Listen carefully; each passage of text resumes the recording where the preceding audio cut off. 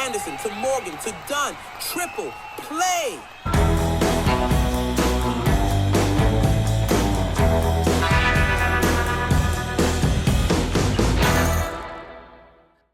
Are they the same thing? No, that's Carl's Jr. is the same thing as Carl's a Hardee's. Jr.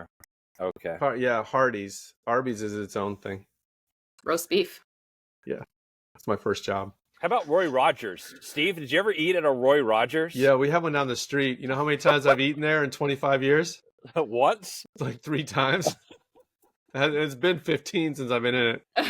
They're not on the West Coast at all. No, I think they're only Maryland. I don't even think they're outside of Maryland. Hey, friends, we are back. Another episode of the Youth Ministry Sherpas Coast to Coast. We are in the middle of our triple play experience. My name is Steve Anderson. I'm joined by my good friends Shannon, Dunn, and Brock Morgan.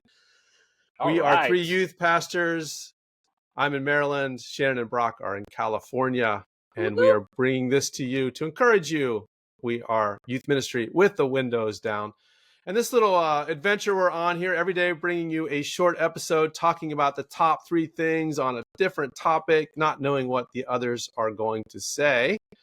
And so this is the 9th consecutive day of our experience, and our question for today. And Shannon, you're going to go first on this question, so get ready. All right, here's the question for today. What are the top 3 things we should do before we go home after youth group? That's good. I mean, yeah. Okay, well, End of the night. What are you going to do before you leave that building? I mean, very practical. This is not my answer, but like my first thought was like put the pizza boxes in the outside dumpster so the ants don't come. Yes, that's good. Good advice. Yeah, that's good advice. But no, write down a win or wins that you saw that night. That's good, Shannon. Because I think it's a lot harder to remember. We like to talk about wins in staff meetings later in the week, and sometimes it's harder to recall them. But if you just jot down a little note about what the wins of that evening were, it'll be easier to share those stories. So write them down so you don't forget the goodness that happened that night. Oh my gosh. Oh, that's great. That's so important. On balance, do you guys go home after youth group thinking about what went well or what didn't go well? Where does your mind naturally drift? Yeah, no, way easier to think about what didn't went well. That doesn't sound right. Didn't go well? Yeah. What didn't go well? Yeah. Way easier to go there. And you're exhausted. Your brain is fried. So it's easy to go to the negative instead of the positive, I think. Yeah, you can be haunted all night, can't you? If something goes wrong or... Yeah. It's like, You know what? Coming up with this on the spot, but it would be cool to ask your leaders to text their wins into you before, like that night, same night. Well, that kind of sets up mine. Oh, yeah. Okay. Go for it, Brock. I don't want to steal it. Yeah. So, huddle. Before you go home after youth group, huddle.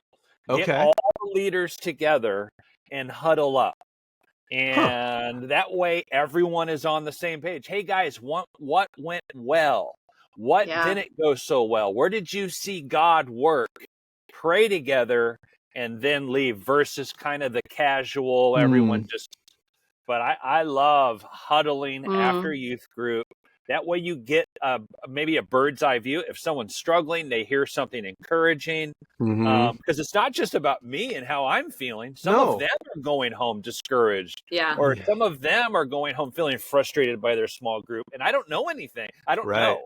Right. And so huddling is, dude, I think long term, it really breeds a healthy culture in your youth ministry. I love it. Yeah, that's good. That's good. So good. It also gives you insight into all the little things that have happened that you have no clue about. Exactly. I didn't know that they were smoking behind the building. I didn't know. You talking about your leaders? Oh, Lord. Help us. Where's so-and-so? She's supposed to be at the huddle. Oh, I think she's out back. Oh, man. Dude, I have to say this. I took over a church that was super dysfunctional once. And one of the leaders, when I first got started, went over to a kid and bummed a cigarette off of him in the middle of my talk and then went outside and smoked. It's a true story. That is amazing. I'm up front. I'm like, what in the world is going on? The crazy thing is it was one of the elders. Yeah. Oh, Oh, Lord. Oh, we had work to do there. Oh, my gosh. All right. All right, Steve. Mine's going to sound so like, I don't know, so typical youth pastor, but this is what I do, and I'll explain why I do it.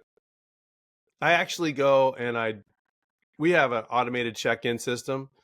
I go back and I go through all the attendance and update it to make sure all the kids who came were checked in. Oh, part of it is because I really like to know the number, because I'm a little obsessed sometimes with that. But also I want to make sure that their presence has been noted, because on Monday I get a report every week of who's not there if they've missed, I think it's 3 weeks in a row.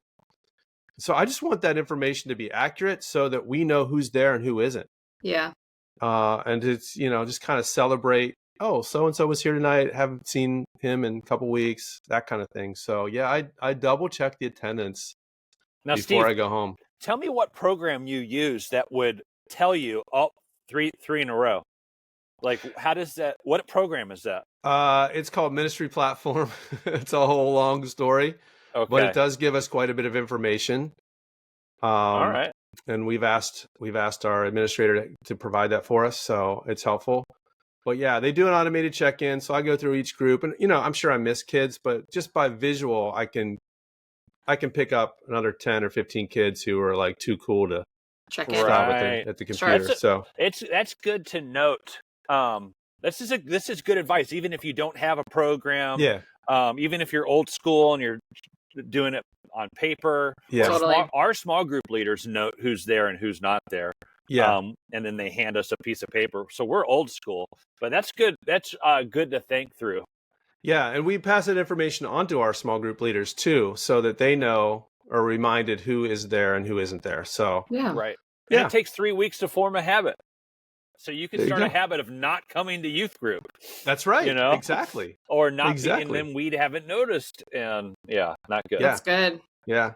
I like it. All right. These are good. These are good things. We're almost like Sherpas here. We actually have something good to say. Come on. So, all right. Well, we will be back again tomorrow with day 10, 10th consecutive day of the Sherpa Triple play. You guys are rocking this. The last 2 days, you guys have worn the same clothes. I don't know what's going on. I only own 3 shirts, so. All right. We'll see you guys tomorrow. All right. Bye.